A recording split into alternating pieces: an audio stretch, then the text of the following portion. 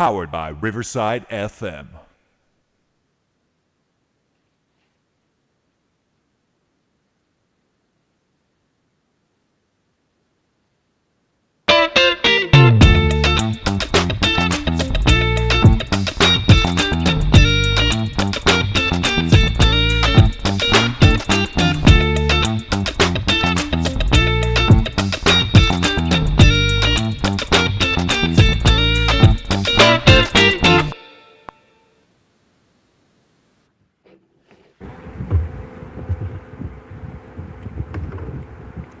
Okay. Good evening, sir. You're welcome. Good evening, Can you- ma'am. Can you hear me? Yes, we can hear you. There are lots of feedback noises, but we can hear you. Increase it. All right. Good evening. Good evening, sir. Yes, Okay, ma'am. so Good evening. just want to be sure that we have you for us to make in the community. Okay. Uh, is the audio preferable? Is it My okay? audio. Yes. Can you hear me very well? I'm straining my ears to hear you, but I'm trying. I'm not Okay. with my headphones because I didn't plan to use my laptop. So I'm just trying to manage what we can make do with, at least for tonight. Next session would be much more better and organized. So just give us a few minutes, then come So, to that real life. don't speak.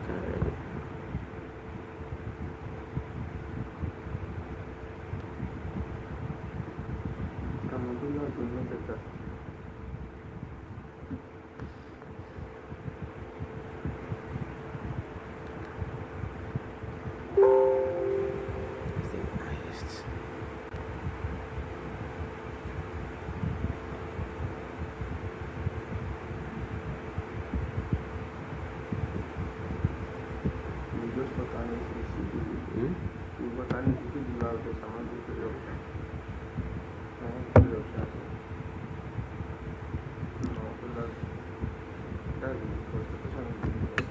Okay. So, in case you want to share to, just in case you want to share, let me just drop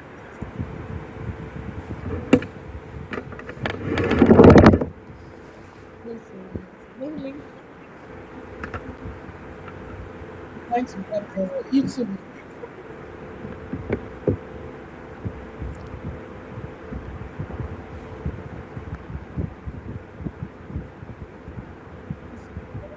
Can you have access to your WhatsApp? Myself? Yeah, Yes, okay. I do.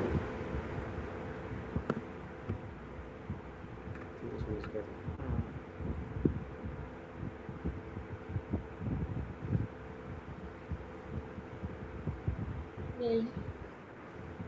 So we are going live now.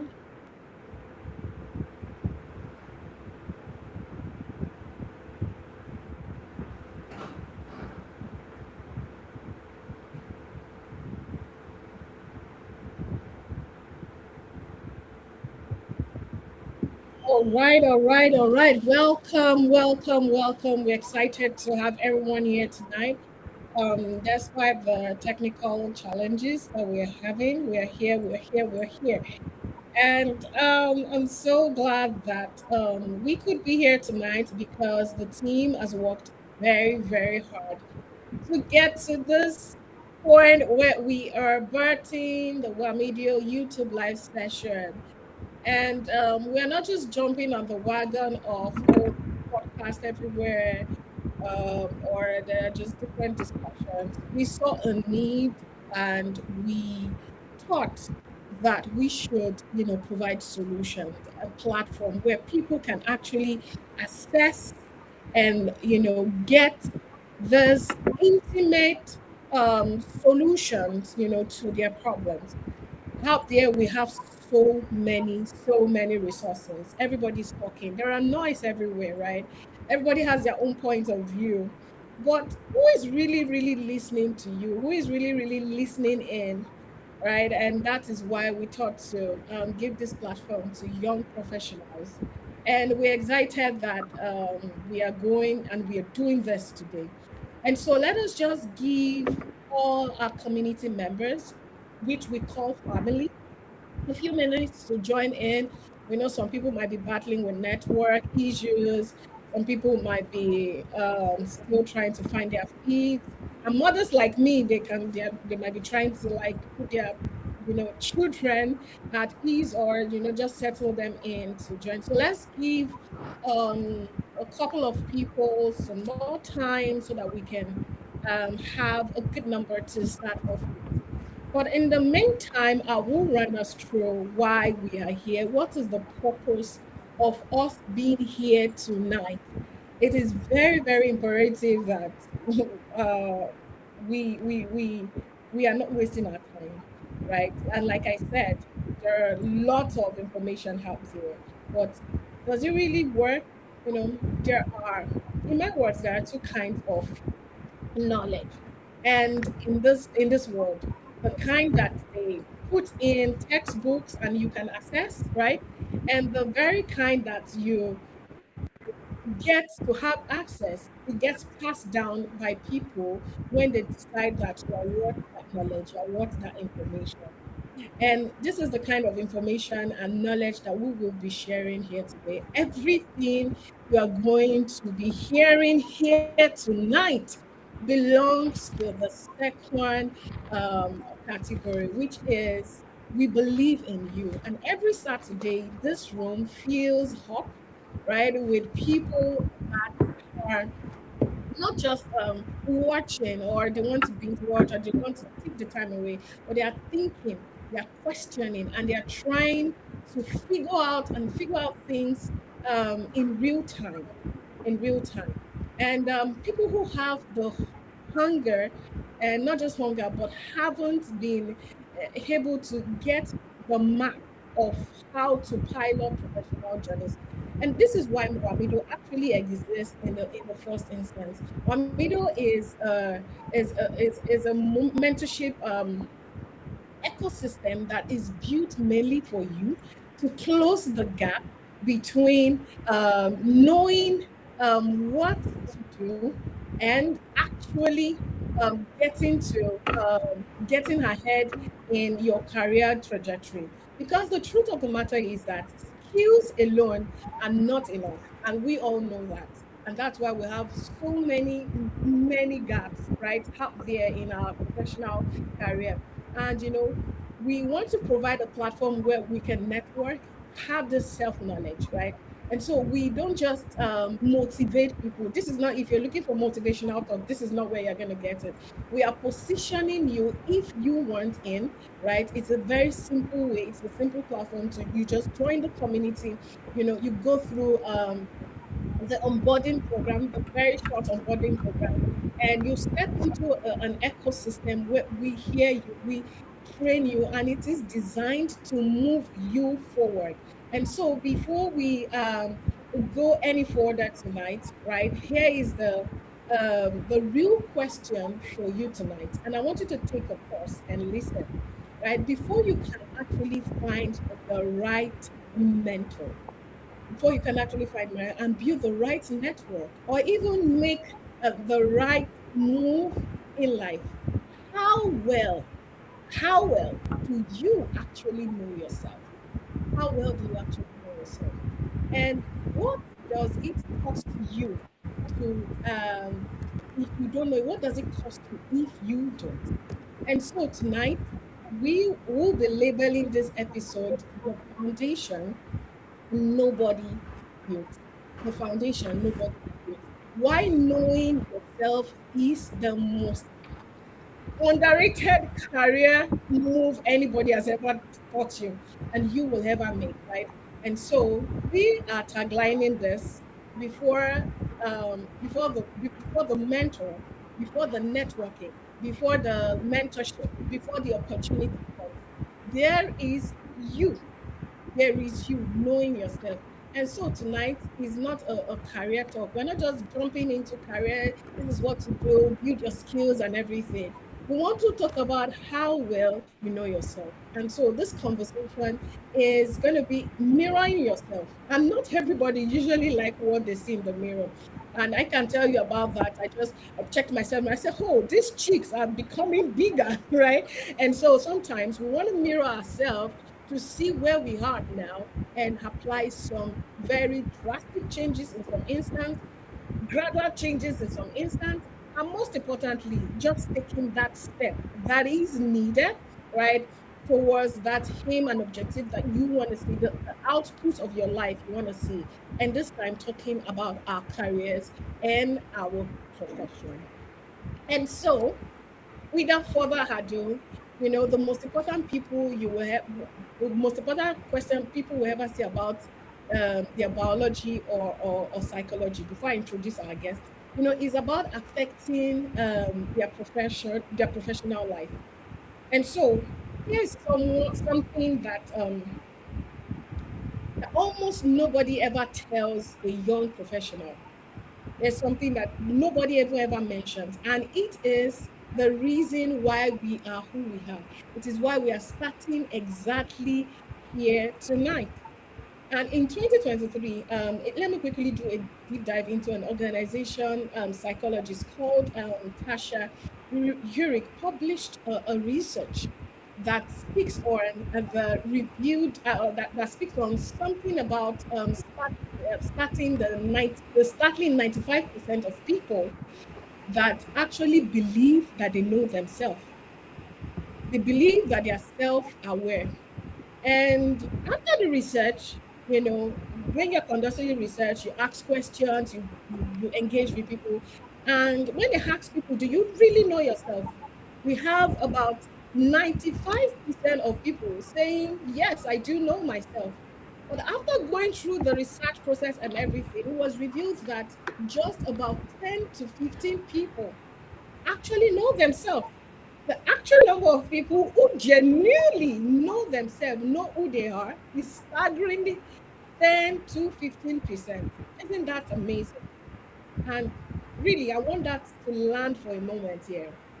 95% of people think they know themselves, but just 10 to 15 people actually do know themselves, right?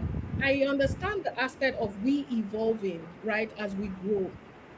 But the constant evolvement as we grow too necessitates the need that we should stay alert in constantly updating that file of we knowing ourselves, right? Of we knowing ourselves. And here is why that statistics matters to your career. And tonight we are going to be talking about that. Also, there is research from Harvard Business School that has consistently shown that our self-awareness is the single strongest predictor of leadership. It's the strongest predictor of leadership. How we can position is stronger than your IQ, is stronger than your emotional intelligence quotient, is stronger than your what's this other thing called? Than your technical skills, which everybody has centered on in the last decade. You can train a skills, you can train your skills, you cannot cut short your self-knowledge. You cannot also sort yourself learning, but it goes deeper than that. It goes deeper than the professional performances that we are all, spotlighting. And this is the part where nobody in a career seminar, nobody in our skill workshop tells us or speaks out loud to us that your biology is shaping your professional life, is shaping your professional choices, is shaping your professional behavior right now, whether you are aware of it or not, right? And so, all these studies in behavioral neuroscience have shown that um, an instance testosterone, which is a dominant hormone in men, but is also found in human, is significantly a contributor to how our behavioral choices, how it influences our risk tolerance, how it influences the competitive drive, the aracharial thinking, and every other decisions that we make. And this is not a gender argument, right? It is a biological reality. Men with women, men have higher let's say baseline of testosterone, like I mentioned earlier, and they have been seeing that this helps them to take great financial risk, right?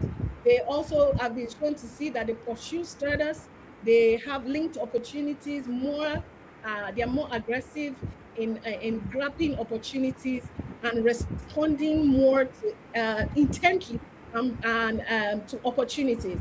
And on the other side, women, they have hormonal architectural difference with that of men, and they have been shown to um, demonstrate very, very strong relationship of care. You know, Seminar, they have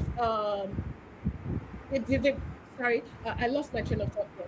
They've been shown to demonstrate emotional attachment. They've been shown to also have this strong um, coordination in their career spaces. And so, what I'm just trying to emphasize is that we are made up of other influences that we need to be aware of um, before we start accumulating all these other outer influences. And that is what we are here to discuss tonight.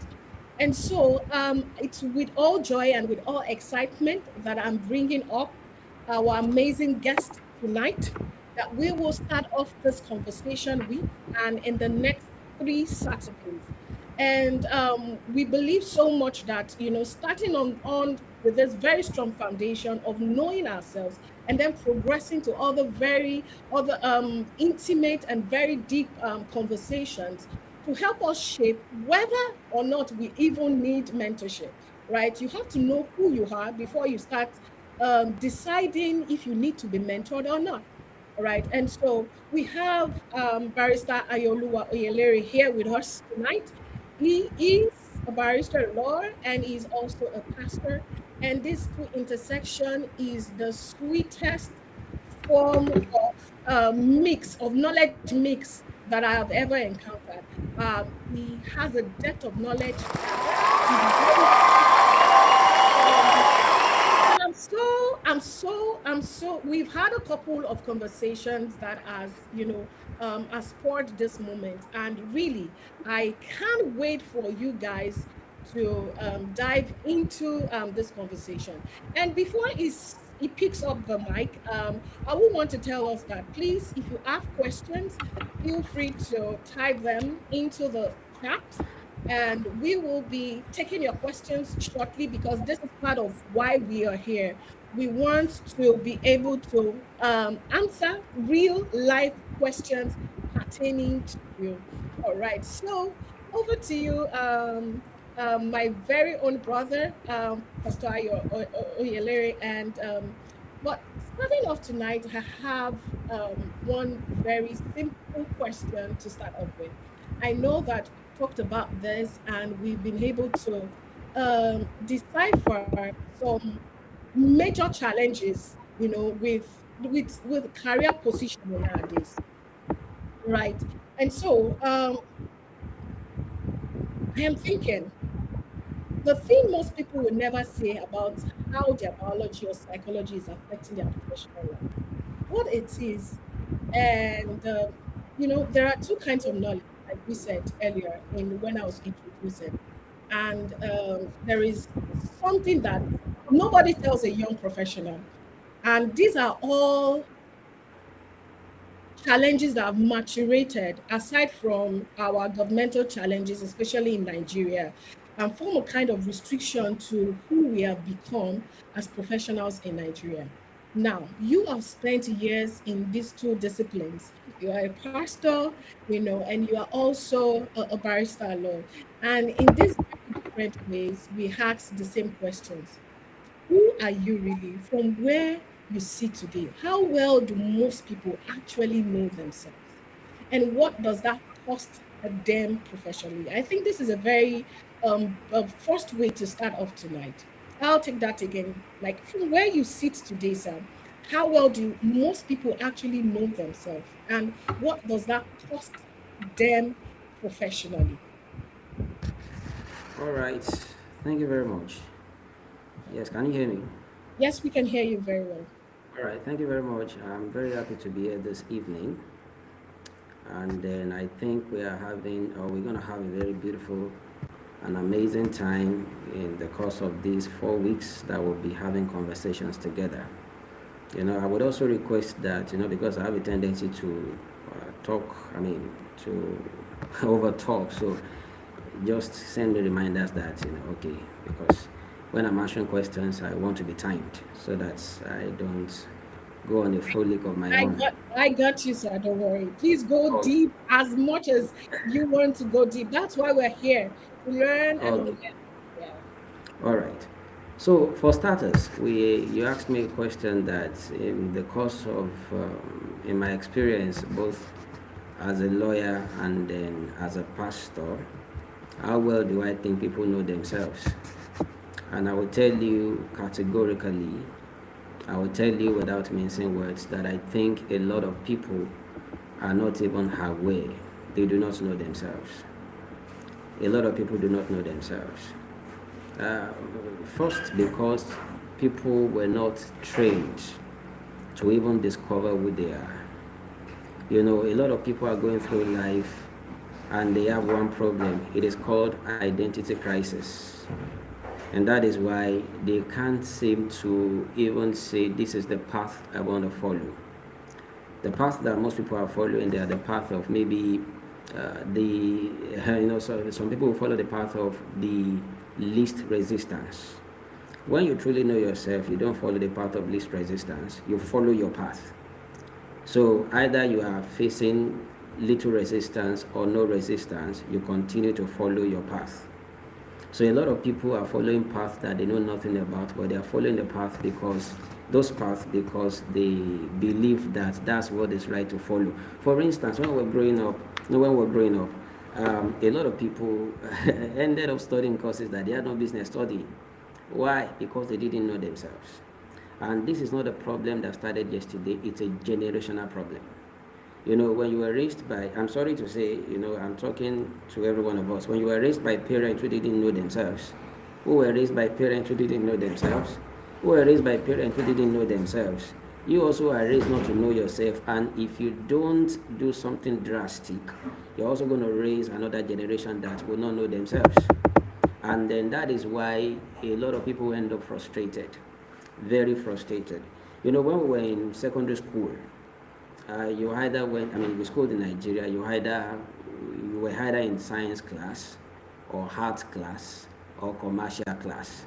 And all of us, we know that when they talk about art class, the people in art class, they were the quote and unquote, that was all we were made to believe.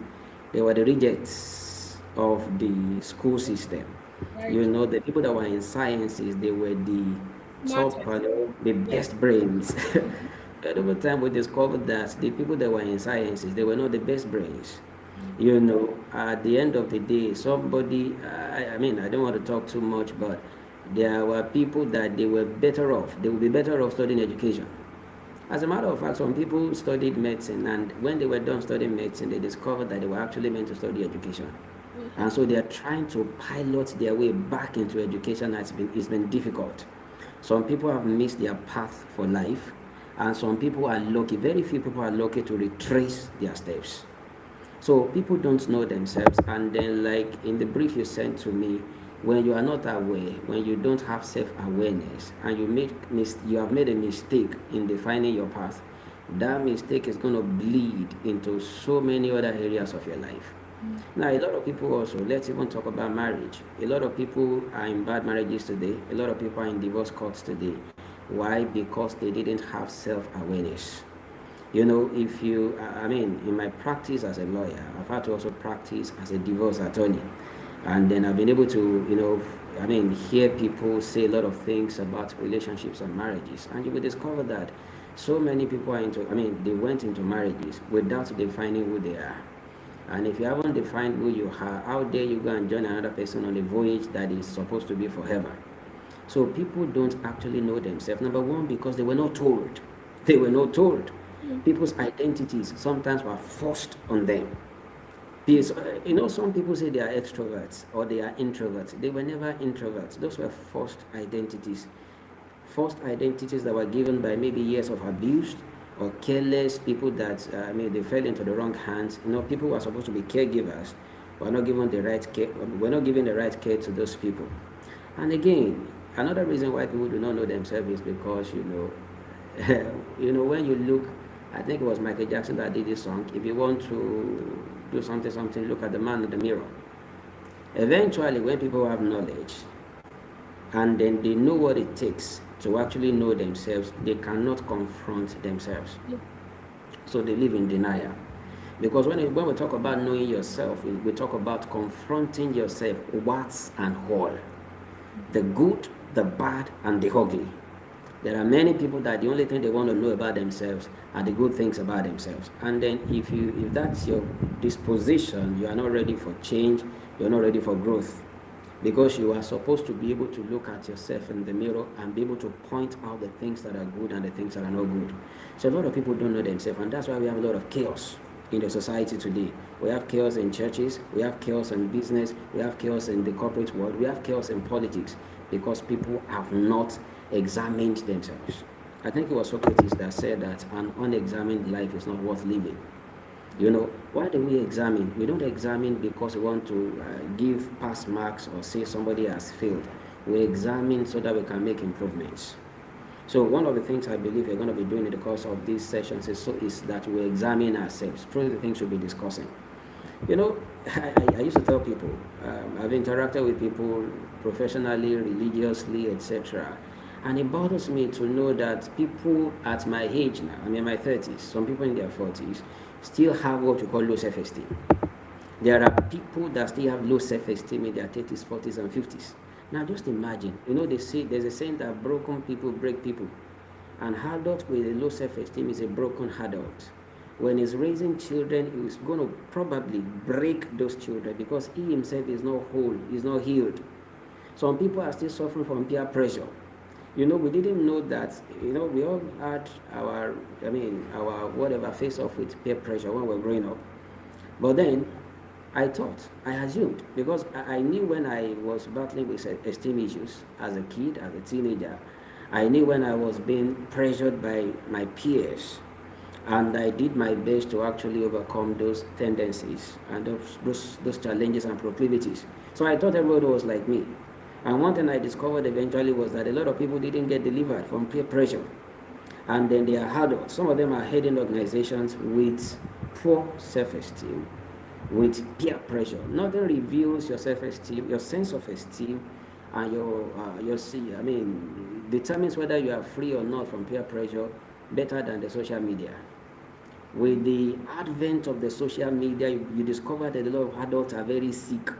And the reason why they are sick was because they did not become aware. When you are self-aware, you discover that these are my strengths, these are my weaknesses, and you work on your weaknesses and you take advantage of your strengths. I can tell you categorically that a lot of people are not self-aware. A lot of people, actually. You have said a lot of, and in fact, if on every of our sentences, there will be a reiteration to that. And that is why I am so excited and so glad that you accepted, the invitation to, work on this journey with us to prepare our community in starting off our mentorship program on the 4th of April. There are some conversations that need to be had, had rather with not people that consider themselves to be adults. Now, you said something very important, and I'll reiterate. You said that, you know, people have forced identity. People have forced identity. And the Yes. worst part of it is that they don't even know that they forced the identity on them. So they are Yes. proudly wearing a garment that is not theirs. And over the years, they have learned to wear it gallantly, even though it's not theirs. And so now my question is, we have so many things that influences identity. If we say that you are in Nigeria, you have certain signs that can pronounce you as a Nigerian. And please correct me if I am moving in the way I'm thinking about it, if it's wrong, right? So if you say you are identifying as a Nigerian, and you are maybe your culture, where you come from. I mean, you say you are Yoruba or you are Igbo. There are certain ways Igbos and other tribes of Nigeria they actually behave. I just said that to say that there are certain external factors, right, that imposes some identity on us. How do we deal with us not losing our identities? Because we're still going to go to the questions of how do we find our identity, how do we discover our identity and all that. But before we move to that, you know in this current situation where we have all these external factors forcing this identity on us, how do we not lose ourselves in all this? Okay. You're talking about, I mean, forced identities. Like, okay, when identities have been forced on people, how then do we not lose our individualities? You know, in fact, before I would talk about how not to lose ourselves, I would even, of course, I know you're still going to get there, how to even find ourselves in the first place. Because it is what you have that you don't get to lose. A lot of people have not even found themselves. And I love the fact that you touched on, that's why you see life is actually a business of knowledge. Yeah. Life is a business of knowledge. There are many things you will not be taught in school. You know, in this part of the world that I mean from Nigeria, we don't have the culture of homeschooling, all right? So we do 6-3-3-4, primary school 6 years, junior secondary school, senior secondary school, and the university. But I don't care, even if you have a PhD. When you are done with your PhD, if you don't want to be a fool with a PhD, you have to homeschool yourself. You have to informally school yourself. Because there are many things that you will not be taught. Especially, if you come from a third world country with an expired academic curriculum, with a curriculum that is like almost a century behind, and the only education you have is formal education, you are in trouble. Obviously You true. are toast. Obviously. Because even the people that are from the first world countries and then they have up to date curriculum for their educational growth, they still self educate. So I want to sound it as, I mean, I can't say it enough. You have to self educate. Somebody said that a man would remain, in the next 5 years, 5 years from now, a man will remain exactly what he is now. In other words, by 2031, a man will remain the same thing. That's if it's not even worse in what he is in 2026, except for two things: the books he read and the people that he relates to. That's why we talk about mentorship. But even before you are able to relate with a mentor, there will be a basis for interaction. Yes. If there is no basis for interaction, no, because mentors are busy, all right? Mentors are very busy and they don't like time wasters, all right? So you have to. There is a kind of question you will ask that will elicit the right response from a mentor, and there is a kind of knowledge that you would have in order to pull out that virtue. So it is like scripture says, deep has to call unto deep. So your mentor is your mentor because he has gone ahead. But in order for you to be able to relate with your mentor, you have to be on that journey. You have to be on that path. So the whole essence of mentorship is that it's going to make your journey faster and quicker, but you must be on the path. And that path is the path of inquiry. That path is the path of knowledge. That path is the path of discovery. I like to say that all of us must be like Christopher Columbus, that, allegedly, or maybe not allegedly, discovered America, or it must be like Mungo Park, that they said he discovered whatever, but I don't believe. I think we're existing before Mungo Park came. But the point is that we have to be like explorers. You are like a continent. Man is a magnificent being.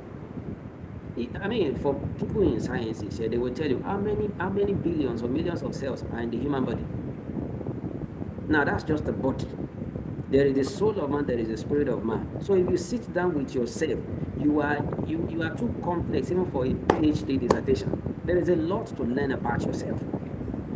When you dig into your genetics, you dig into your DNA, you look at your family history, you look at your society, where you came from, you look at your upbringing, there is a lot to learn. And the books that you read and the people that you interact with, they are the ones that will give you, provide you with the lights, provide you with the understanding with which you're going to know yourself.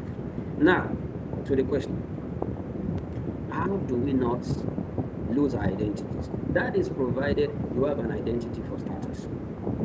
Let's assume now, because you're still going to talk about discovering yourself, but let's assume that we have discovered ourselves. We assume it. Now, there are factors that would want to force a definition on you. And if you are not strong, you have to be an iconoclast in the kind of generation where we live. You have to be somebody that can question cherished beliefs. Because that everybody says is right does not make it right. We live in the generation of bandwagon effect. You go on the social media, they tell you that this is how women behave, this is how men behave, and those things, they sound very nice. These, when we begin to talk about, concept, gender wars, talk about patriarchy, we talk about feminism, sexism, all those things. That somebody is talking eloquently does not mean that it is right. You have to be able to know yourself. Is this right or wrong before you build a life after it? Let me give an example. A popular, this is in the public domain, a popular denomination believed that it was bad at some points that it was bad, it was terrible, that the television was devil's box. So some people did not watch television. Some people that grew up in that generation refused to watch television. And then perhaps some of those people that refused to watch television, they were supposed to actually own media houses. Yeah. But they thought television was devil's box. So they wouldn't touch television with the longest pole. All right? Mm-hmm. Decades after, television to that ministry is no longer devil's box. It's now Jesus' box. I respect the ministry. The best of men at their very best are men. I respect the ministry, I respect the minister, but I don't respect the people that follow the ministry and the minister without question. And now, 30 years after, 20 years after, they come on social media to say that, they deceived us. They didn't deceive you. Your ignorance deceived you. So, let's assume that you have an identity. Let me tell you, religion will try to force an identity on you. I'm not saying Christianity will try to force an identity on you. Religion, because you see, Christianity is not a religion. Original is a relationship. But when you have not, if you refuse or you fail to discover the essence of Christianity for yourself, you will take the next available option, the easier option. People don't like to think. All right? People don't like to think. They don't like to stand out. Because when you think and when you stand out, you may be ostracized. All right? And people like to belong. So a lot of people actually trade their convictions on the altar of belonging. Now, another factor, let me give another, I've given religious example. You have to question religious beliefs. And then, I don't know if you're a Christian, every serious religion has a text, all right? Every serious religion has a book, has scriptures. How would you escape forced religious identity? It is by looking at the text yourself. If you are a Buddhist, you have to study the writings of Buddha, not just the sayings of a Buddhist monk. The Buddhist monk can misinterpret Buddha. But if you go to the book of Buddha yourself, then you can get the right perspective. Again, if you are a Christian, you have to go to the words of Christ. If you listen only to the words, to the interpretation of a pastor of the words of Christ, you can draw a wrong identity from that. Now, religion, when we were growing up, they would tell us what are the agents of socialization. If you remember your secondary school social studies. Yes, we do. Mass media, all right? Churches or religion, school, and all that. Now, those are avenues by which people not only socialized, by which they also formed identities and definition of their identities. I want to talk about culture very briefly. Culture. Because you mentioned culture. For instance, I'm from Oyo State.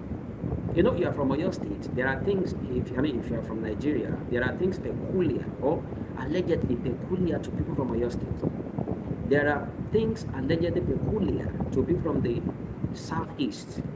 There are things allegedly peculiar to the people from the southwest.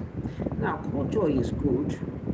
Yeah, culture is part of what defines you, but not the wrong culture. As an individual, you should be able to also filter your culture.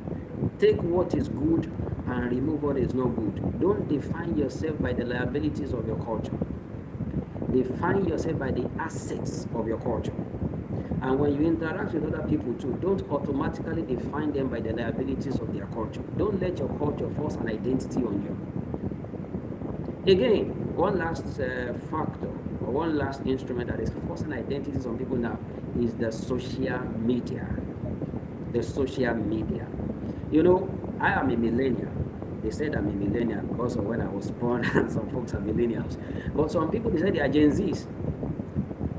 If you look at it very well, Gen Zs are being projected to be, people that, they are audacious, they are very active, they are digital natives. At least I think Gen Alpha will be more of digital native than Gen Zs, but then there are some abnormalities that have been associated with Gen Zs. Those things are abnormalities, and they are almost becoming a badge of honor for most of them. You can be a Gen Z without acting out the excesses of a Gen Z. So always remember, culture is trying to shape your identity, and culture is very powerful. Culture is very powerful. You see, because culture is like you are inside it, and it will come inside you if care is not taken. When you talk about your culturing a plant, culture cultures you. The whole goal of culture is to culture you to begin to behave in a certain way. So there is culture, human culture. There is religion. There is the media. Back in the day, it used to be newspaper, the old media, newspaper, radio, and television. Now it is the social media, and you are being inundated, attacked from everywhere. Hope you know that it's doing a lot of good, at the same time a lot of damage.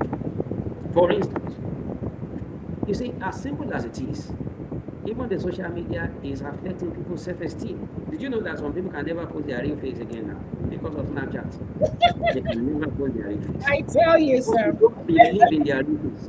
They don't believe in their real face. Your real face has spots and wrinkles. A man or a woman with a solid self-esteem should be able to say, this is my face. Now, a lot of people cannot post their real face because Snapchat has given them an opportunity, a make-believe. And then all these factors will begin to weaken. So if you are not self-aware, it takes a self-aware guy or a lady or someone, a self-aware individual, to say, okay, this is what I am. This is what I have. Instagram, they will tell you that Instagram is, if you want to, if what you're looking for is toxicity, is on Twitter. If you're looking for something a little bit of intellectual and then fake news, is on Facebook. If you're looking for vanity, is on Instagram. All right? What about LinkedIn? LinkedIn. What about LinkedIn? That one is I don't know. That's also make believe. I think LinkedIn is the home of professional make believe. Yes, it is. Right? Because somebody is working in a cafe and he tells you that he just got a job in tech. Bro, you're a cafe attendant. What do you mean by tech? Yeah. All right. Now look at it, as simple as it is. That's affecting the person's personality. Why can't you put it there? It is a cafe attendant. Because now you say, I was on LinkedIn some years ago. One guy said he was going to start. I mean, maybe that was one of the reasons why he even left LinkedIn. He wanted to start a company, and he would. He had a lot of graphics design, and then all that. And he said he was looking for a team. When they gathered the team together, we discovered that he didn't even have a startup capital. All right. So he was telling the team members that, okay, let's contribute. After you have contributed and we start this company and there is profit, we would give you money, something like that. You know, he had projected an image of a successful startup, but he didn't have the substance to back it up. What he has done, I mean, for decades, if I see the guy's name anywhere, or if I see maybe any advert, I'll know that this guy, he has formed an impression in my mind. And then it has affected my perception about him just because he wanted us to believe, make believe on LinkedIn. So if you have discovered your identity, assuming without conceding that you have discovered your identity, hold on to that identity very well. If you don't want to lose that identity, there are thieves of identity: culture, religion, social media. Be careful of those things. Be careful. Thank you so much. I know that if we stay on this question, we can be here for a whole day because we can go keep going deeper and deeper and deeper. But I've been able to capture very two specific things that you'll be able to, talk about. And that is, don't just take it as it is being given to you. Go back and digest it. And I was speaking to one of my mentors, or he was speaking to us, and he said something that meditation is hard work. And how do you actually discover yourself? Is through the process of meditating. You get to think and think and think and crystallize all those small moments, those small chunks of interaction, of how you respond to things, and bring them together to crystallize a form of knowledge and eventually forming your own identity. And then, and I think one very important thing that we can mention at this point is that, in the journey of discovering yourself and having your own identity, your identity does not necessarily interpret to you being a good person or you being a bad person. Discovering your identity just means that you are on this neutral level of saying, this is who I am. How do I improve on me? Or how do I take back some things from me? And so it's a very, very important thing to note. Well, you mentioned something about, just not just ingesting whatever it is. And that is one thing I want us to stay on just for the next 5 minutes. Questioning. We've seen, and because this is a mentorship platform, we tend to interact with people that have higher hierarchy than us, not necessarily in age, but people that are maybe bosses, people that are higher achievers, people that have more experience than us.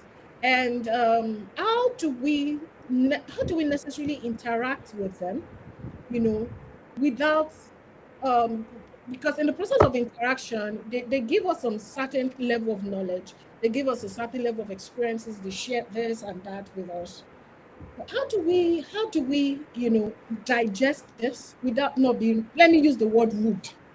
Because, my dear brother, we have seen what one of the mentors that we will be privileged in opening the mentorship plan with posted some few weeks ago, and I really want to go there.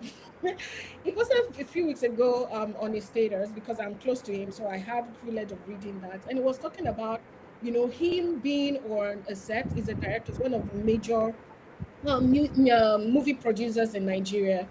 And he said he was on a set, and so he was standing up, of course, directing and doing all those stuff. And just a Gen Z, was also on the set with him. And he sat down close to the air conditioning, and maybe he had, so he had to, step out for a few minutes and get some, maybe get something. And so when he stepped out, he sat down just to relieve himself, of standing up. And when the guy came back, he narrated all the story on his status because he was so shocked.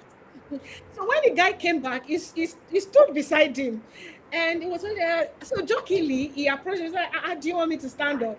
And funnily, the guy said, "Yes, sir, please stand up." He thought that I was joking. He thought that I was joking. But alas, our brother was not joking. He said he was so shocked that he did not even know what to say. He said, "Please go grab a chair. That there's a chair over there. Go grab a chair." And so when the guy grabbed the chair and came back, he was like, "Sir, I brought the chair. Like, you stand up from my seat. I'm actually enjoying that air conditioning, that space, that spot you're actually on." And so this just shows the level of, a decadence in constructing um knowledge that we might not necessarily approve of.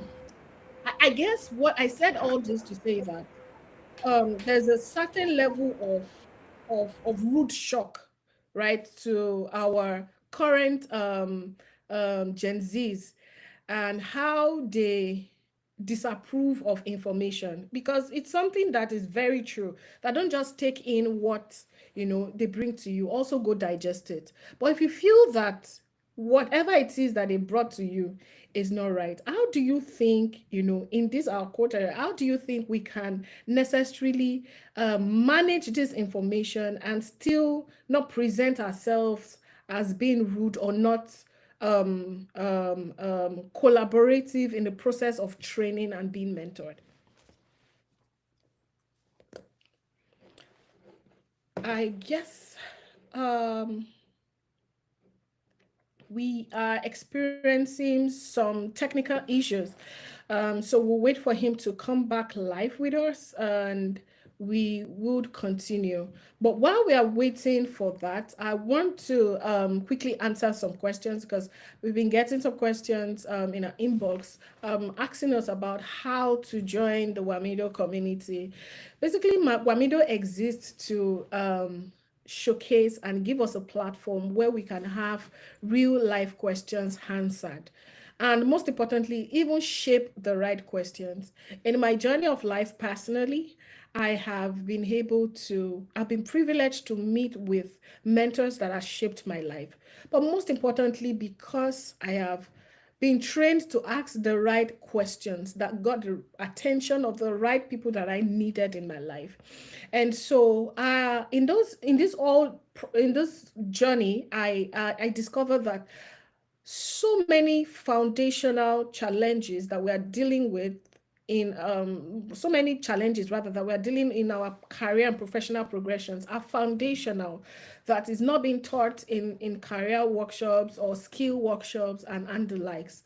And really, in this age of AI, so let me go there, in this age of AI, you need one more thing to stand out outside your skills, because in the next 2, 3, 4 years, AI is going to perfect that skills that you are claiming to have. It's going to perfect it. It's going to perfect it, and it will keep evolving. And so all those fundamental things that and issues that we need to address. Well, we're just talking about WAMIDO. And so all these fundamental issues that you will need to, get in tune with, and that is why we have a platform for you to ask the right questions. And after asking the right questions, we're going to be preparing you for speak.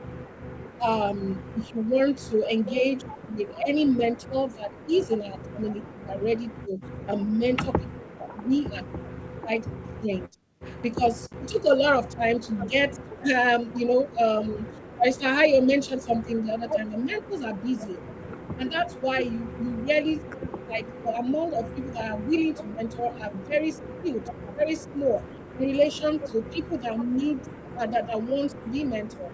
And why? Because we'll be able to identify all these challenges, and where Wamido has decided to bear all these risks and all these pain points for the mentors, just so that we can bridge that gap between mentors and mentees.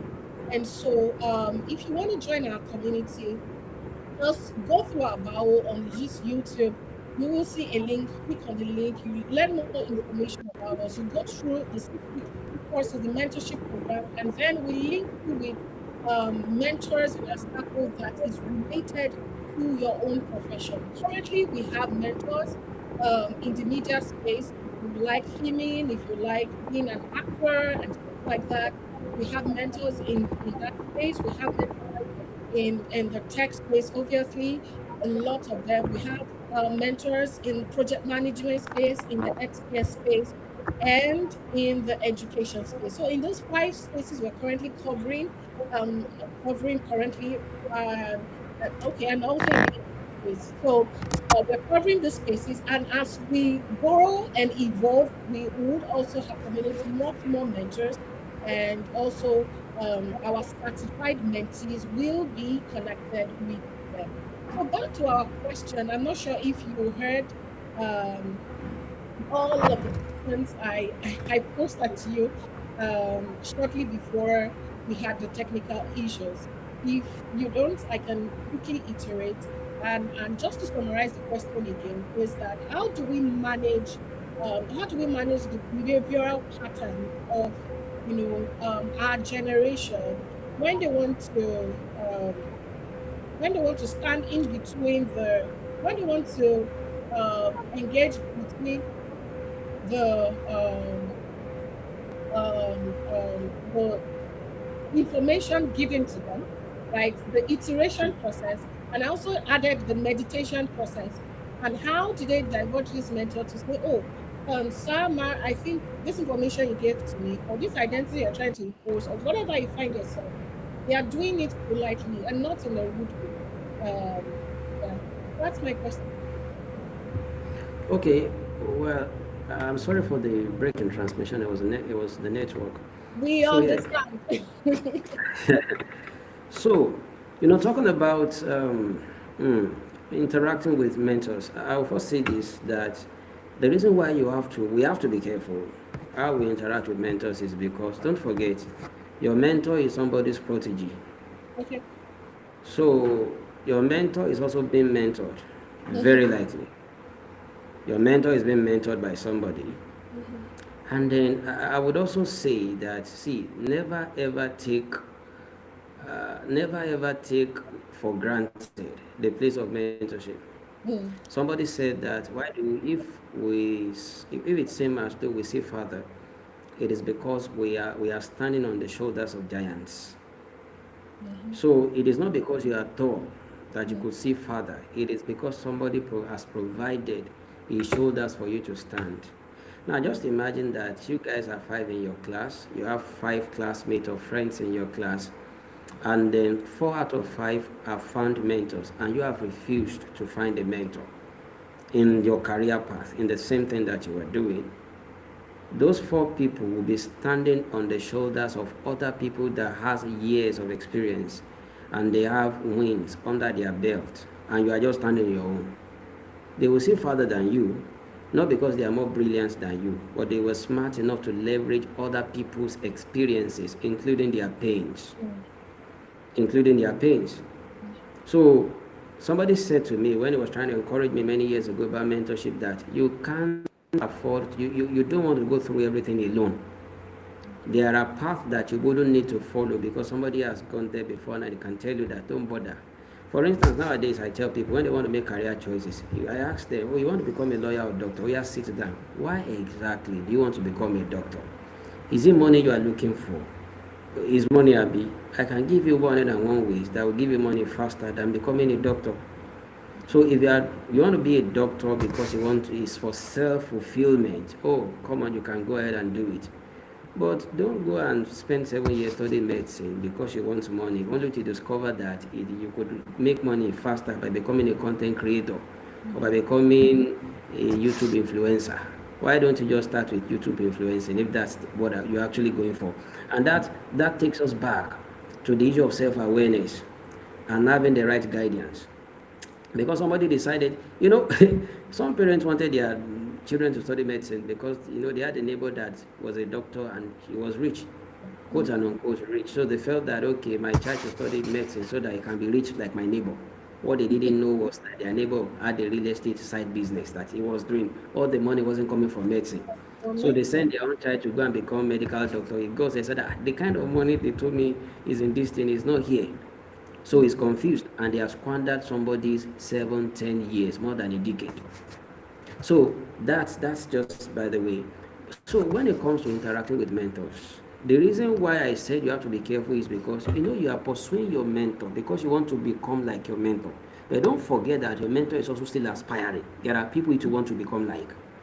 So your mentor is your teacher, but at the same time is someone else's students. That's the reason why sometimes it looks as though he's not giving you all the time. Some people say that we try to reach out to him. He's doing shakara for us. He's not doing shakara for you.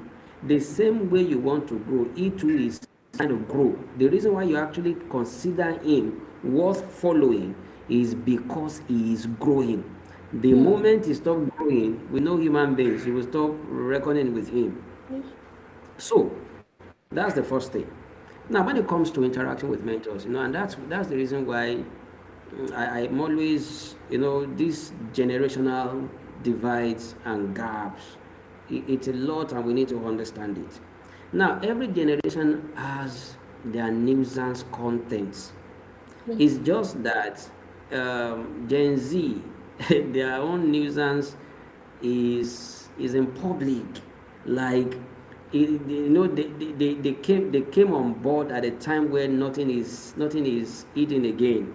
They have phones in their hands, so they can tweet. Actually, when I was growing up, when I was their age, if I had phones, I probably would be tweeting very terrible stuff also. But thank God I didn't have phones. We didn't have smartphones. So, not as though we were smart, but there were no smartphones to really let people know how dumb we were back in the day. So, I'm sorry to say, the dumbness that certain Gen Z people exhibit today is not peculiar to Gen Z. Some boomers were dumb. Some Gen Xers were also dumb. Some millennials very dumb. The world does not know about their dumbness, but we went to school with them, so we know that there was a guy in my class. He was very dumb. It was a rubbish like this, and you will know that they were very dumb because now, 10, 20 years after you talk to them, they are still dumb. All right, so it's not as if stupidity is not peculiar to a generation. In every generation, there is this stupid collective. You just have to decide that I won't be part of the stupid people in my generation. And you don't wear stupidity as a badge of honor. Now, the example you give, you stood up. You stood up from a chair. I think that was the narration. You stood up from a chair. Your mentor sat on the chair, and then you came back, and your mentor said that, should I stand? He said, you should stand up. Hi. How do you want to make it in life? I don't know how you will make it in life. With that kind of attitude, I do not know how you will make it in life. And the thing is this. See, even if your mentor is even if the generation ahead of you think they are very stupid, they are the ones that will hand over the key to the next generation. Let me tell you, if you are Gen Z now, you are in your 20s, early 20s or mid 20s, the people that will hand over to you, they are in my generation and the generation ahead of me, and those guys are very traditional. They are the gatekeepers. Yes. That is the same way you will be gatekeepers for the Gen Alphas. So I don't care what you know. Are there people in, 22, 25 in managerial positions in organizations? No. The people that are mostly in managerial positions in organizations, they are millennials and even people who are millennials. And there is a way those guys were raised, or we were raised. Even if your mentor did not, you are sitting on a chair, your mentor comes in, and then the way we were raised, you should stand up. And then, the thing is this. They won't, in fact, if you see an elder or a mentor that is dragging with you that you're not supposed to talk that way and all that person likes you. That's why it's correcting you. Many a time they will not correct you, they will do you. You know what it means for somebody to do you? They will do you. They will wait for you at the end of the road. So now, you have to understand the generational. Now we that's I get it. I get it. Like, okay, Gen Zs are not like us. We were raised with a culture of respect, all right, and we were raised properly in proper homes without without so much of outside influences neutralizing our home training. So I get what the Gen Zs are going through, because now Daddy and Mama says that this is the way, but an influencer with 2 million followers says this is the way, and then you see that this guy has 2 million followers, and then there are 500,000 people in 5 minutes saying that he is right. This guy must be right. My daddy is wrong, and your daddy is not on social media, and your daddy doesn't seem to have the data. Your daddy does not seem to have whatever, the social leverage, the social capital. That somebody has social capital does not make them right. Always remember that. That everybody is saying that, oh, you are wise, does not mean you are wise. You can be very foolish. But because people don't examine what they are, the wisdom they are ingesting, they think everybody is wise. I have been lamenting of late that Nigerians, people don't have sense. I'm not saying it because I'm the one that has more sense, but you can just see certain things that they are wrong. You just need to read books and think, and everybody will be damning. And they can damn themselves to wherever they want to damn themselves to. But the point is this: if as a millennial, most of my mentors, they are in the generation before me. There is a way I relate to them. There's a way you talk to them. See, simple things, simple gestures, like saying sir and ma, can differentiate between. They will tell you they incorporate what you don't say sir and ma. It's not really true. Maybe when you are at work, you don't say it. When you are doing maybe corporate communications, you don't say it. But there are times you have to interact with people informally. All right? Most of the interactions you're going to have with your mentor is informally. Just imagine you're coming to me and say, hello, Barrister Hayo, how are you? Or hello, Hayo, can I get a time with you? I won't answer you. Like, I will not answer. For instance, Mr. Leke, I would just ignore. One of my younger ones, in the family, extended family, I won't send him in years. His father's children, he has 3 older sisters. He's the 4th born. The firstborn, if he sees me, she will greet down to greet me. All right, that's how we were raised. Okay, but he didn't really know me very well like that. So one day I just saw a message on Facebook. He said, "Hello, bro, how are you? I've not opened that message till tomorrow. Am I your bro? I'm not your bro. You don't talk to me like that. You are family. I'm your uncle." So, see, it's just a reflex response, because I wouldn't talk to my uncle that way. So whatever he needs from me, I don't even want to hear, because his opener was terrible. Who is your bro? You say, uncle, how are you, sir? Somebody will say, you are just being primitive. You are insecure. That's not insecurity. If you think it's insecurity, you really don't have training.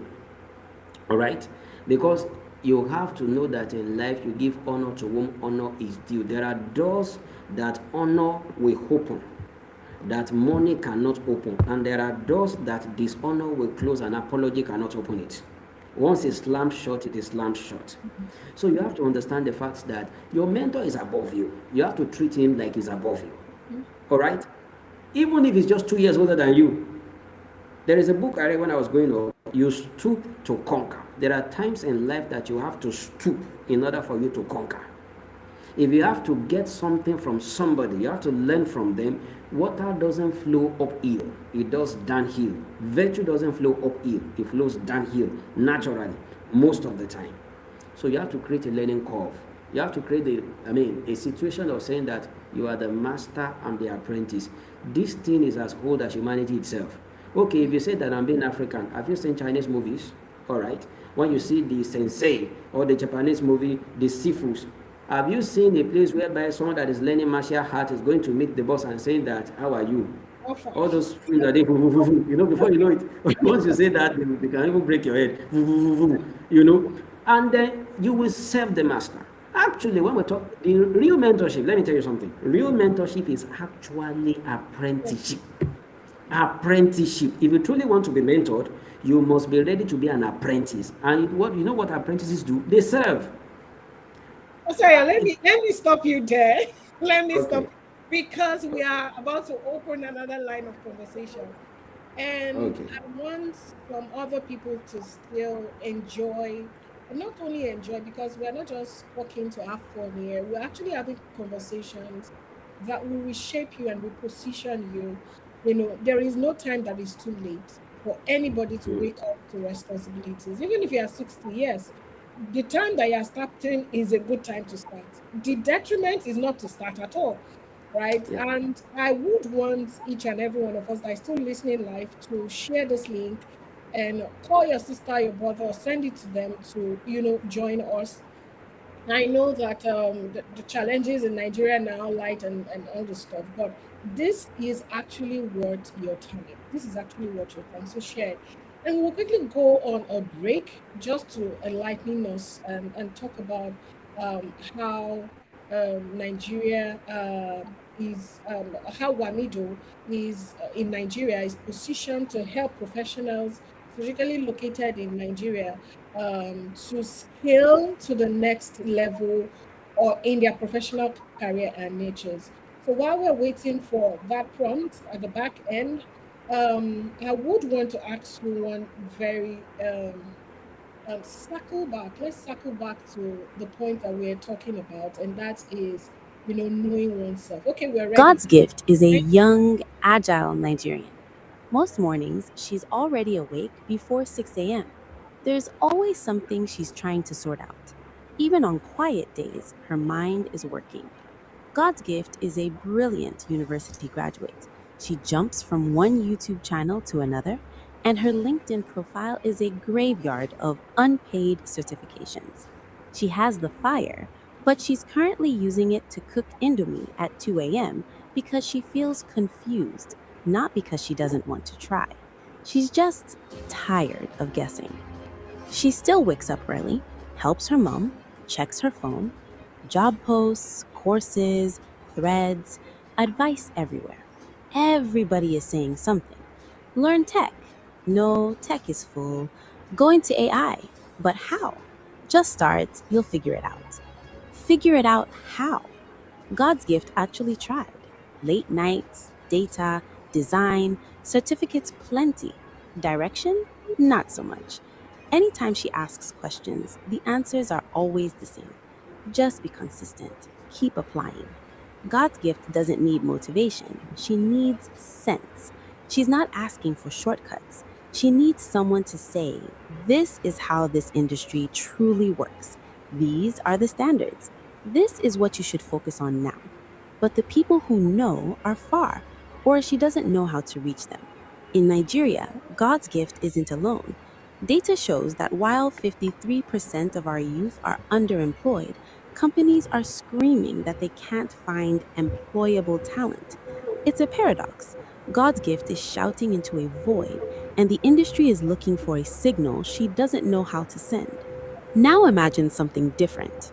God's gift finds a space where questions are rightly answered, where preparation comes before opportunity, where effort is seen. At WAMIDO, we don't just give advice, we hand her a map. We put her through 6 weeks of mandatory training to ensure she is ready for the industry truth. We filter the noise so she can become the signal. God's gift is ready to stop guessing. And maybe God's gift is you. Do you have the fire? Do you have the hunger? Now it's time for the roadmap. Are you a God gift? Join WAMIDO today and let's turn your questions into next steps. Thank you so much. Thank you so much for that. We are looking forward to having everybody that is genuinely interested in stepping out of the noise, stepping out of the confusion to take the bull by the horn and really to start something beautiful in their life, especially in this world where AI is reshaping every sector, right? Every professional sector, every sector in itself. I was having a discussion with one very influential man of God, and I was jokingly telling him that maybe one day we're going to bring him up to Wamido and ask him how AI is reshaping marriages. But he took it very serious and like you don't want to know. You don't want to know. So literally every sector, and we'll be looking forward to having you. So Pastor, I Yes.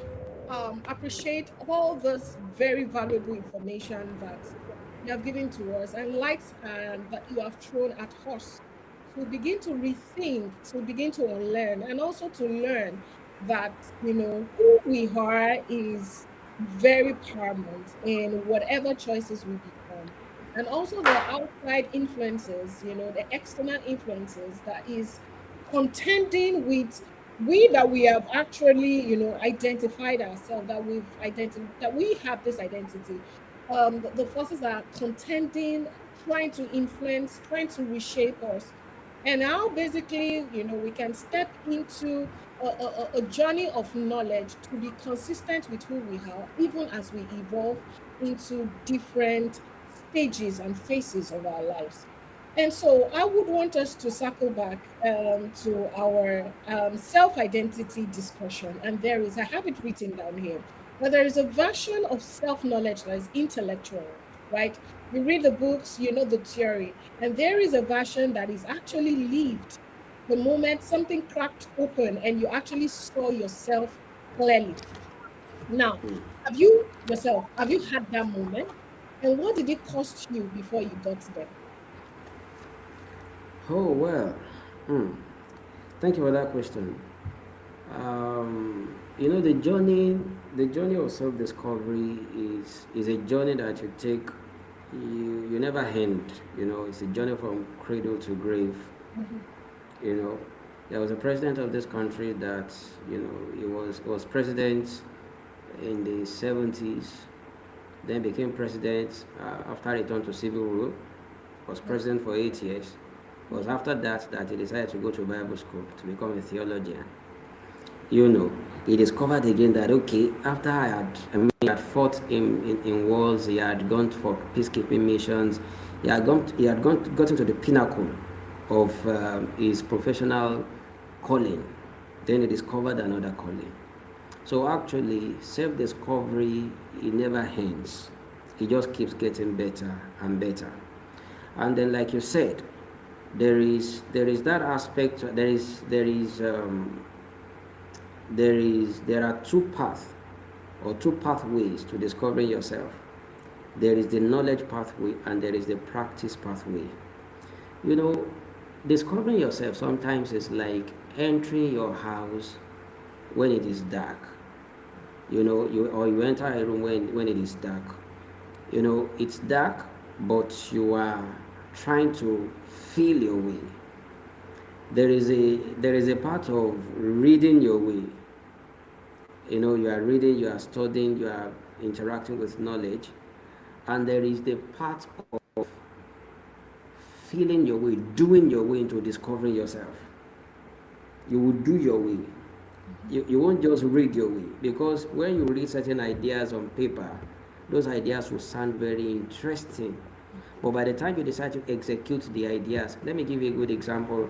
When I left the university, because I love to impart knowledge, I love to teach. If you woke me up about 16, 15, 14 years ago, what career path would I love to follow? Even though I'm a lawyer, I would tell you that I wanted to go into the academics. I wanted to get into a faculty of law and begin to teach law. I thought I was destined to be a law teacher, a fantastic one at that. And the truth is, if I had gotten a position to teach law, I would have done an excellent job. However, so I was writing applications, trying to get to universities, and then they were, it wasn't clicking.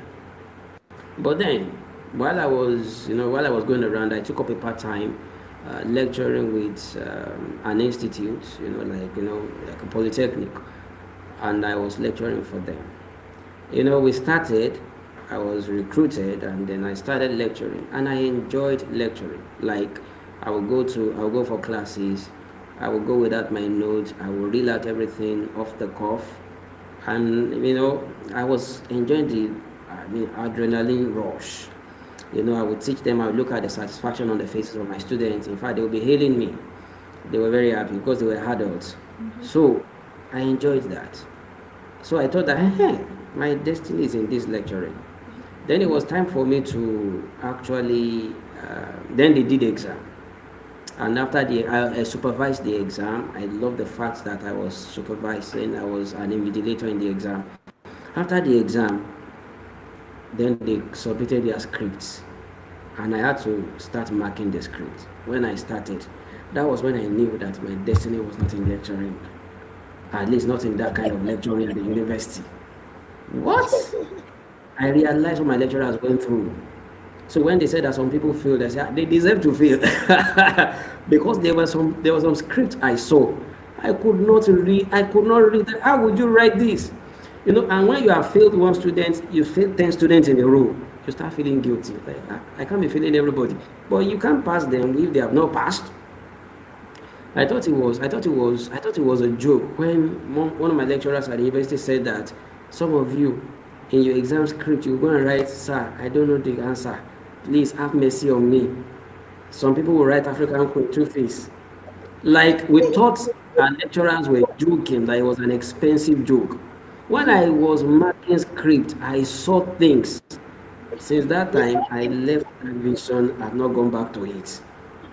I haven't gone back to it. The moment, I struggled. It was maybe like 100 and maybe 50 scripts. And I went to schools whereby in a class, sometimes you're like 300, 400, 500. I was like, how are teachers, how are they coping? So while I was watching, I was reading book, I actually thought that I wanted to do lecturing. That year, after that experience with that polytechnic, that was my last attempt at lecturing. I thought I was going to I felt myself into lecturing and I came back. It was like touching fire and removing your hand. I haven't gone back. I still love impacting knowledge, but I'm not going to do it. I don't think I want to do it again within the marking scripts. No, I don't want to do that. And of course, the other, bureaucracies that come with lecturing, I felt that at some point, and I felt like this is not what I'm looking for in life. And I withdrew. So there is a path of discovering yourself and defining yourself that knowledge will do for you, and there is a path that exposure will do for you. Exposure, it's important. When we were in university, there was, in faculty of law faculties, there were, you have chambers and all that. There was a particular chamber that we had, and then the chamber was built on practice. The core values of the chamber was practice and exposure. In other words, even as undergraduates, they were letting you know these are the things that obtains in practice, and they expose you. Let me tell you, most of the people that were active in that chamber, when they left the university, they were not trying to define themselves. They had already defined themselves as undergraduates, because they went to meet judges, they went to courtrooms, they went everywhere. They went to corporate world like excursions. So they had the exposure before they graduated. So when they graduated, they were not trying to find themselves. They just went into where they wanted to go to. Whereas some other people... Let me quickly come in there. Do you think that this ties to mentorship? Do you think that this ties to mentorship? That this what? Do you think that this trail of thought you're just discussing, do you think it ties to mentorship? Definitely it does. Yeah. Definitely it does. Because, for instance, the example I just gave about, what's it called, a chamber in a faculty then, the whole essence of the chamber was that they had seniors. They had people that are graduated, that were already working, that will come to the chamber and say that, okay, where do we go this semester? And then they go to see a judge, they go to see an SAN, they go to a corporate office somewhere. So it was a kind of mentorship, but it was in group. It was a kind of mentorship, mentoring people in group. And then because they had that exposure, you see, you have to expose yourself to different things to be able to choose which one you truly love. So they had that opportunity, whereas some of us were just academic. We're just reading book. That's why we say that success in life is not just about what you know, it's about what you are exposed to. All right? That was academic knowledge. What they were getting exposed to was applied knowledge. So some of those guys, they haven't gone to court for once. They just chose that they were not going to have anything to do with litigation. They went into transaction practice. Whereas someone else spent 5 years in litigation before he discovered that litigation is not his calling. Let me now go and start in transaction or in corporate world. By the time he gets to the corporate world, it is his junior that is dragging position with. Yes. So he's already 5 years behind because he didn't define himself very early. If he had a mentor, or he had a group of people that had been mentored by some other group of people that had gone ahead, he wouldn't waste time that much. Again, let Thank me you give you another very much, example. sir. Can I give Okay. another example Yes, quickly? yes, yes, yes, yes. There's this writer called Robert Greene. Robert Greene, is the one that wrote the very famous 14 Laws of Power. He Yes. wrote a couple of other books also. If you reading that book, you will know that the man, he had deep knowledge of life. Mm. Deep knowledge of life. He will give you, I mean, reading all his books, he will give you examples in these, examples in that. And then I was listening to an interview by him one year like that, and he said that he worked about 50 something jobs before he decided and discovered that he was meant to be a writer. He had always had it in him. He was working in restaurant. He was flipping burgers. He worked as an editorial somewhere, as a PA somewhere, as a teacher somewhere. He worked about 50 something jobs, and the day he discovered that I'm actually meant to be a writer, he wrote a book, 14 Laws of Power. That was the first book that he wrote, and that was his biggest bestseller. Yes. Yep. There are not so many books that are sold as that book and won many awards, and it's still relevant for people in the power business, etc. till tomorrow. So he had to feel his way. You don't have to take. I mean, people listening to me don't have to take 50 jobs. And then one of the ways by which we don't need to take 50 jobs before you find it, because if you are going to do 50 jobs before you find your real life work, it just might be old. You might be too old. After finding your real life work, you don't have the energy to do it again. Mentorship will bridge that gap. Because the mistake you were about to make for the next 10 years, somebody made it for 20 years. So it will tell you, don't make the same mistake, and it will give you a 20-year break. It's important that we understand that. One more example, let me tell you another thing. Yes, please. You know, Yes. I saw I know we are pressed for time, but then let me just be dropping. You could research further. The one of the founders of Access Bank, Ige Mokwede, you could look for maybe the video on YouTube. He was talking. He gave a keynote address one in a place. He talked about when they were going to start, and Jimovia heard that they were starting a bank. The founder of Zenith Bank heard that they were starting a bank. Jimovia called him, and they had a discussion for a day, like a 10-hour discussion or so. And then he said that Jimovia gave him, was it the blueprint or something, in those 10 in that within that period of that discussion that they had. So everything that they are doing today or that they did in Access Bank was one of the reasons. One of the secrets was that a man called Jim Ovia was willing and ready to hold and hike Imokwede by the hand and expose him to certain things in 10 hours. If he had gone to start learning those things by his own trial by error, he could spend 10 years there, and he wouldn't even have anything to show for it. So mentorship is important. It will save you time, energy, and stress. All right. Thank you so much. Thank you so much. We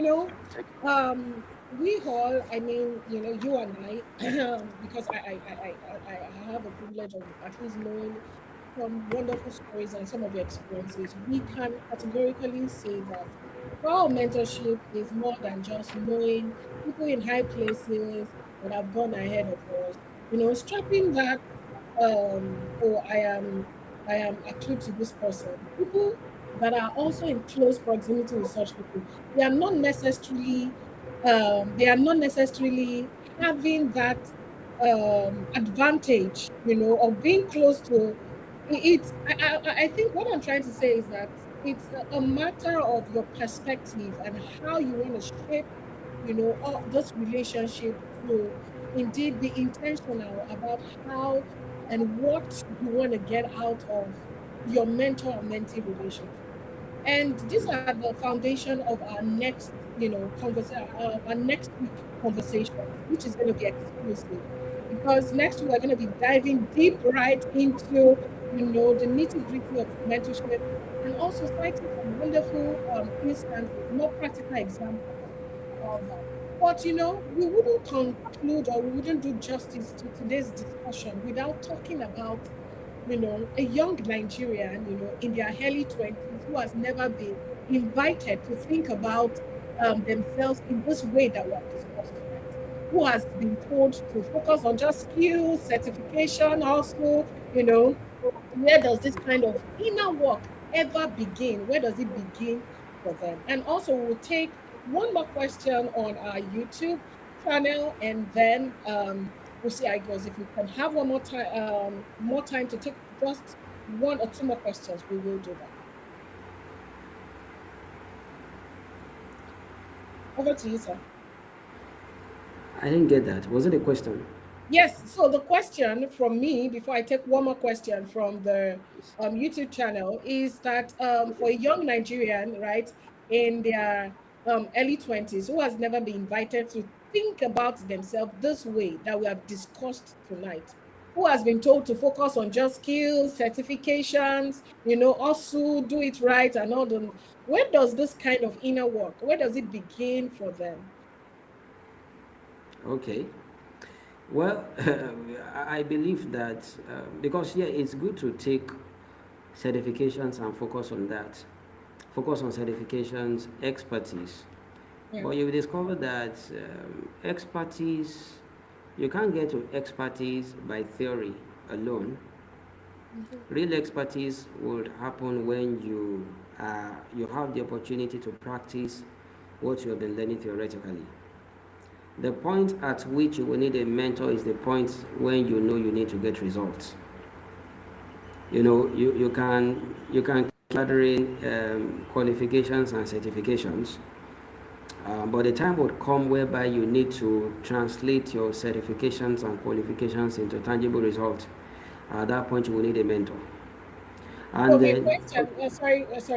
So my question is the inner work of self-discovery, of identity in itself. okay, Where does okay. it begin? Yeah, where does it begin for someone that has not been invited to even think about themselves in this way before? Is They it have where or false when? identity and all that. Yeah. Is it Go where does it begin or when yeah, does it begin? where does the journey begin for them? How do I start to self-identify? Where do I even start? Who am I in the first place? What are the right questions to ask about myself currently? And how do I start, shaping myself into um, getting the opportunity to get the best of the framework, the best of the advantages towards the kind of person that I am? Well, I think where to start from is to do an analysis of yourself. Once you do an analysis of yourself, then look at, I believe everybody should have a goal and a dream and a vision. All right? Then look at what you want to achieve. Look at where you are. Then take an inventory. When I said analysis of yourself, I would like to put it in do a SWOT analysis of yourself.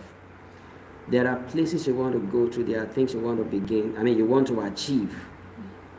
And then when you do a SWOT analysis, you see the distance between where you want to be and where you are presently. At that point in time, you know you need help. You need a certain influence to close that gap between where you are and where you want to be. And then when you look at it, you now ask yourself, there are certain things that everybody has their limitations. Everybody has their limitations. And that's the whole essence of saying that people should do SWOT analysis. Analyze yourself. What are your strengths? What are your weaknesses? What are your opportunities and your traits? And then your opportunities, okay, those are good things. Your strengths, those are good things. But what are your traits? What are your limitations? So when you begin to look at, for instance, I know somebody that, for somebody that probably is not a good speaker, but wants to be a speaker, then you identify a good speaker and you follow him. Sometimes your desires, in fact, most of the time, your desires, your aspirations will not line up with your reality. You want to be this or you want to be that, but you are this. Let's even break it down. You want to make money. You want to be a billionaire, but you are not. The person even struggles presently to be a thousandaire.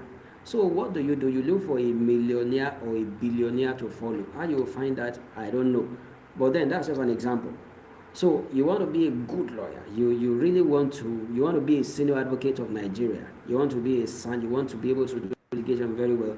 But you see yourself, your advocacy skills are not top notch. Then you identify somebody with very top-notch advocacy skill, and you find your way to follow that person. And then that's that. I said that to throw a little bit of light on where do you start. You first examine yourself. You examine yourself and you identify that in these certain areas I need help. That's where to start. In what areas do you need help? If someone says to me now that, oh, I don't think I need help in any area, I don't think you are a very serious person. Even me, as I'm talking, there are areas in which I still need help. That's why I still have certain mentors, because I say, please help me now, help me so that I will not remain the same. So I believe everybody needs help.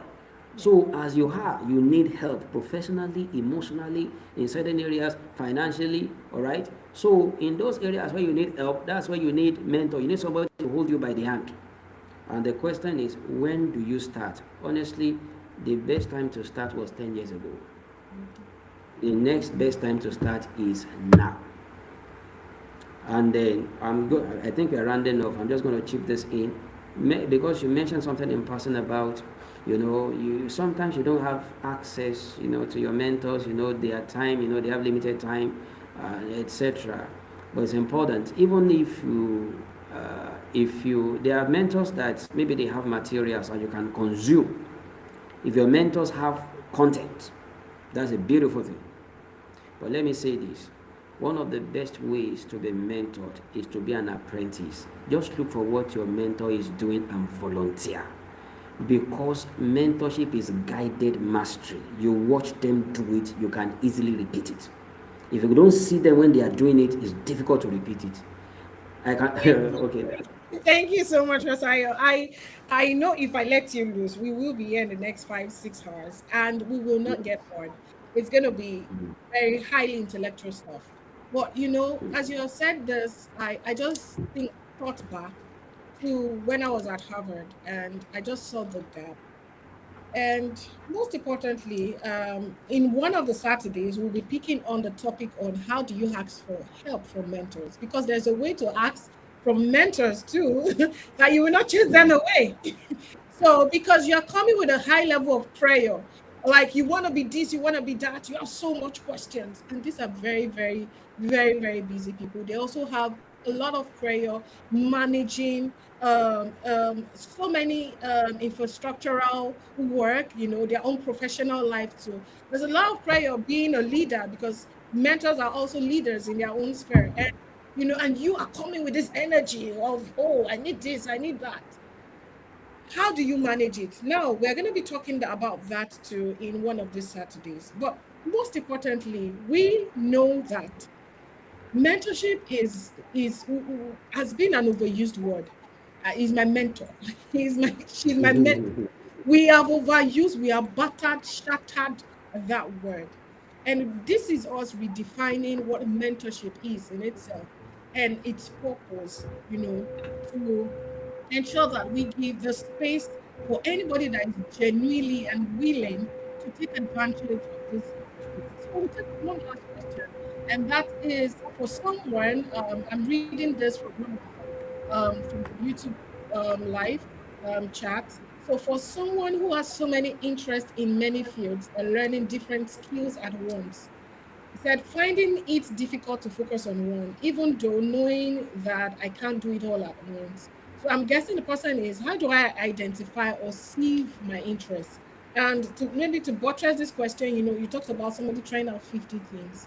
If you try out 15 things, you're already worn out. You are literally worn out. And yes, you've talked about mentorship, right?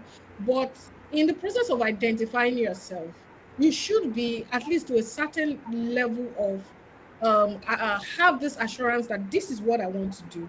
So I'm guessing the question is, how do I get to that level of assurance? How do I get from that point of I don't even know. I have so many things. I have so many talents, And most importantly, in this our age where there's diversification of skills so fast, right? Because whatever they are making money, that is where, and it's true. We all are, especially our career paths. 90% of people are into the careers they want because they want to exchange it for money, right? So that has been so much motivation to people that are upcoming now. Plus the prayer of life in itself, the global prayer, the global prayer of systems, talk about fuel, talk about living conditions, right? Things are getting much more challenging. So you have to, upgrade your income level. And so people are trying so many things. So how do I balance the skill of still staying true to who I am, my identity, and growing in that space, and not being tempted to diversify again and say, they said this one is making money, let me go and check it out. Over to you, sir. All right. Yeah, I think I can relate to that question because I could say that at some point in my life, I was sort of enterprise greedy. Like, I don't know if I could call it greed or overconfidence. I just believe I could do everything. Sha. Anything I wanted to do, I could do. So, and I've had different dreams and aspirations. It would interest you to know that I actually thought I could become a Grammy Award winner, musician, even so I wanted to do everything. Now, Everything. when you want to do everything, at the end of the day, you end up doing nothing. Mm, You end up very confused. You will confuse your own soul because you are not known for one thing. mm, All right. Now, you could have so many interests, but you have to define the interests that are important, that are urgent, and the ones that are pivotal to your destiny. mhm. All right. In fact, if it's interest, it's even manageable. It gets more complex when you are multi-talented because talent is not everything. You will discover that discipline is more important than talent. People that were called geniuses, that were good at many things, research has shown that a lot of geniuses, they actually die very poor and broke because they don't focus on one thing. He can sing, he can dance, he can cry, he can lecture, he can do everything. So he lectures for 2 months, he sings for 3 months, he dances for 5 months, and all that. He's not known for anything. So he doesn't develop expertise and positive notoriety in one thing. I saw a profile recently. Somebody is a lawyer,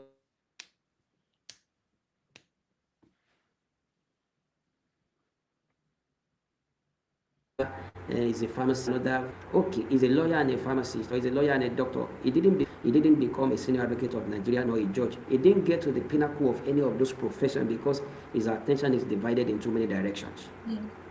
So you have to sit down, that kind of individual, and ask yourself, which one is the most important? You have 10 talents or interests. Which one is most important now? Which one, if you were to, let's assume that you are, 90 years old today and you are ready to die. Ask yourself, which of these things will it be that if I didn't do it, I will feel like I wasted my life? Let's assume that you could sing, you could dance, you could lecture.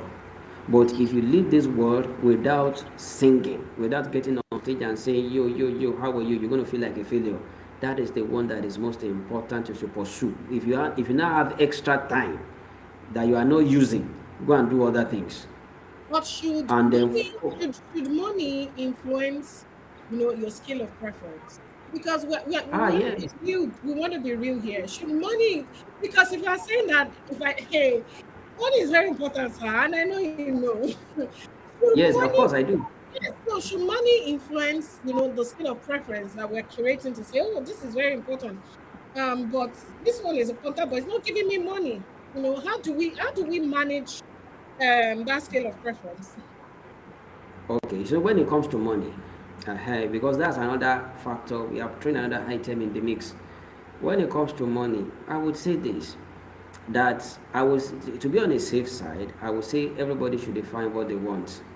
But I don't think people want poverty. Nobody wants to be broke because we have bills to pay and we have responsibilities. Yes. So if you have interests, one can become money easily. One will not generate money because you need to survive to fulfill your passion. Yes. First, go and do the one that can give you money. But let me say this, the caveat is this, even the one you are pursuing for money, let it be that you are interested in it. Mm, You know, because I've been around, I have myself as an example, and I've seen the examples of other people. You make money easier or easily from a craft that you are interested in. mm, If you truly love to be a panel beater, you will make money panel beating than someone that is more money panel beating than someone that is a lawyer and doesn't like being a lawyer, because your emotions will filter into and affect the quality of your work. And then you see every customer as a stress trigger if you don't like what you are doing. And So when they this is notice a a, yes. I know we are really pressed out of time, but this is a yes or no question that I okay, want you to okay, yes or no answer. And that is, now we've talked about money and you've given that answer to it. But do you think that as you move on in your profession, do you think that the more money you make influences your life? Is it a yes or no? Do you get my question? Like, if you start making more okay. money as a lawyer, and maybe you don't really like being a lawyer, but man, you're seeing money there. Do you think it influences your love for the profession? Yes or no? Honestly, I will tell you, the money you make from something you don't love does not cure your lovelessness for that thing. Mm. At the end of the day, if you make money from something you don't love, most of the time, many a time, people will now use their money to pursue what they love, and that is what is normal. So what you don't like, you don't like. If you don't like being a football, I mean, being a whatever it is, being an accountant, it gets to a time that you abandon accounting and you go and become a chef if that's what you truly love. Money will never satisfy your soul the way what you love will satisfy it and give you a sense of fulfillment. We have had a wonderful time with you tonight, and we want to thank you so much. I Thank you. believe that next week we'll have more time to be able to we'll have less technical challenges, and we'll have more time to delve into more questions. Definitely. And trust me, so next week is going to be deeper and deeper and deeper. We're going deeper into the trenches now. Those questions that has been wearying our soul, and we want to say it the way it is. And I believe that we are going to give it our best, and we are looking forward to having you. Just a quick recap of next week. We're going to be talking about the anatomy and neural pathways and the relational layer. We're going to be talking about the idea of how many young people believe that they need a career mentor, and what they actually need first is to understand relational patterns that they are operating from, and how personal relationships, family dynamics, attachment history, psychological wiring all bleed into professional behavior in ways that are rarely named. So it's going to be an insightful discussion, and we will get to know who we are as we journey through who we are becoming on this series. I remain Ayomide Arolo, the founder of WAMIDO. And on behalf of Hi and my team, we want to say thank you to everyone that has stayed up till this time, because I know it's getting late in Nigeria, to watch with us and educate ourselves, to learn, unlearn, and relearn, because that is my passion, to make everyone see life as it is currently and also evolve through that process. Thank you once again to our wonderful guest.